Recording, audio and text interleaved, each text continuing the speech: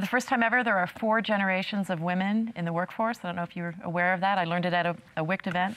There are, people do these age categories different, but we will define them today as the traditionals born before 1944, the boomers born between 1940 and 1944 and 1960, Gen X between 1961 and 80, and the millennials born between 1981 and 2000. So saying that there are differences amongst these age groups is a masterpiece of understatement.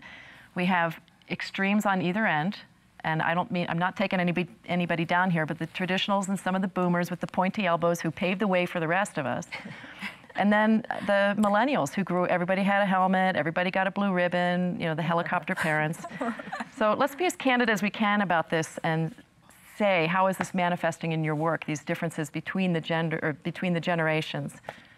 What still needs work, and how do you deal? I'm curious, how many traditionals are there, those born before 44 here?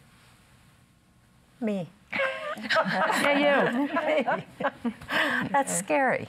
That is really scary. But you're in that group of women who cleared a lot of stuff out of the way, and we're going to get into that big time in a minute. I was told when I was growing up that I was either going to be a nurse or a teacher, or get married. I got married. I didn't want to be a nurse or a teacher. And we didn't feel that we had any other choices. And we never thought about going into business, ever. Now, say that you have a millennial working for you, and her mother calls you because she didn't like her daughter's review. That's the kind of stuff that's happening. This has happened, right? Really? I've never heard of that. I think one of the interesting things about it is I went to some of the panels about millennials and the different age groups combined, and the millennials, and I think maybe women's issues of balance and wanting more in life than just those 16-hour days and to get to the top of the heap, that we've got similarities. So I was actually very excited about this dialogue because it opened it up in a different way. It's not just, oh, women want life balance, or they want this flexibility, or they want these timeouts, or it was, there's a whole new generation of men and women that have that same kind of aspiration. So we need to address it as corporations, not just for a gender issue, but for the future of our workforce issue.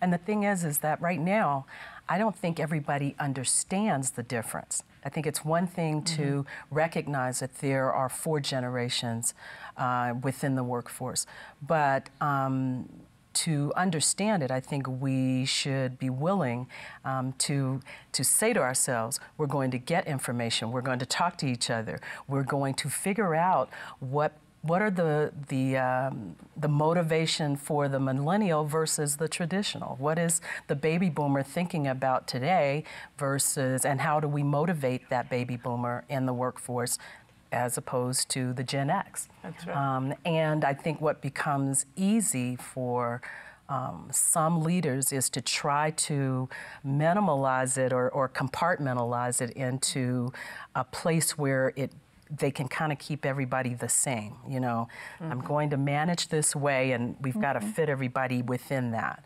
And I think situational leadership has to take on a higher priority.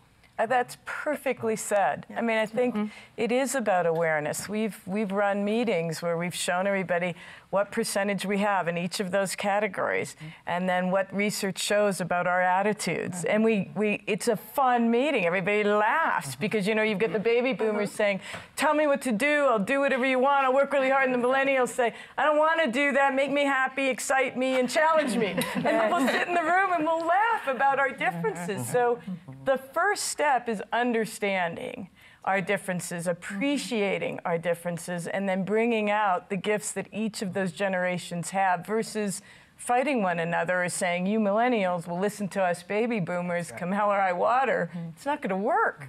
We have to learn we first have to understand each other and then learn how to take advantage of each other's gifts, because each generation has something wonderful and rich to offer. And Well- the big mistake is being able to say it's too hard, Yeah. I'll just kind of surround myself with the people who are like me because that's just too hard, and we will lose. And I've joked with baby boomers, we created these monsters. Yeah, we did. You know, Exactly. and a mother Yeah, it's calls your for kids, a that's true. 23-year-old, shame on you, you baby boomer mother. You know, we've created it, and so if the millennials don't have the right appreciation, we got to look at the parents and say, whoa, what have we enabled? But that's what, those are the funny stories where it's like they don't have the same, limits of or authority or respect or it's not, they're not as constrained maybe in an organizational fashion. So like the funny stories of, the, new kid in, at the company, and he goes straight to the CEO because he's got a great idea. Yeah, it's he's like, probably never stuck his finger in the cigarette lighter in the car. Just to see what would happen. Exactly, he didn't know. And Leslie, being current time, I think it's wonderful.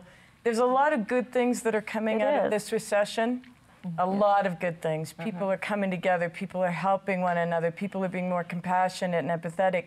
And I think from this millennial sort of entitled attitude, I'm going to get out of college, Ivy League college, I'm going to get a $100,000 job right away.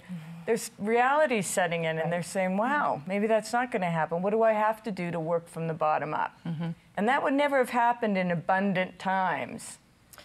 Although there's another aspect of that millennial where it's almost like they've seen us work ourselves to death, and it's like, do we really want that?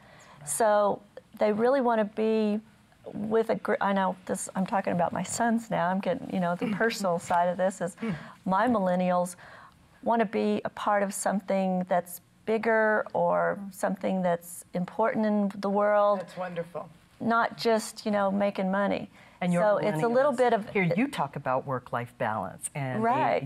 we like you said, we've educated them to accept certain things that are different from when we came into the workforce or when the traditionals came in. What we had to work so hard Absolutely. to gain for ourselves, and now it's something that they get without some of the benefits of the hard really work. But that was strange- the intent, right? Was to pave the way, make it easier for everyone. It's a really strange combination of like entitlement and, maybe, aspirations of goodwill. I don't know what it is, but So then the challenge, and I guess really the opportunity is once we know about this and we understand it, is how we then integrate it in to the workplace. I mean, part of it is communications, but it's also job descriptions and reporting structures and everything else, and requirements and evaluations and sort of the whole big picture. And I think that's sort of really even more back to what Leslie was saying, that's really where the challenge becomes. There's the first challenge, which is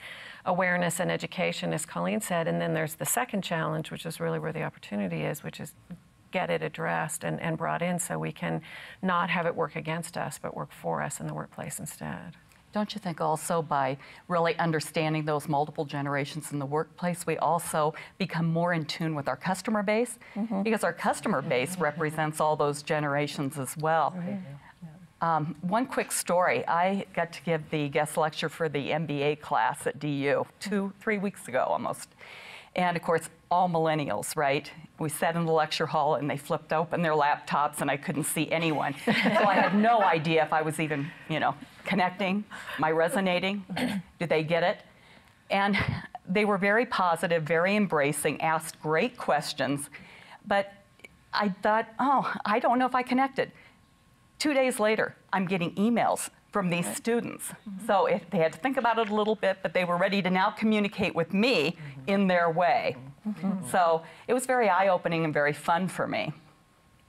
that's the fun part too about just going about your business in a different way where, how do we market stars? How do we use Twitter? How do we use Facebook? How do we use all of YouTube? All of this, and it's so, I use the word transparent. I mean, there's everything out there for the taking, and people are putting their own productions out. So it really is just a whole new world of what these millennials are creating for us.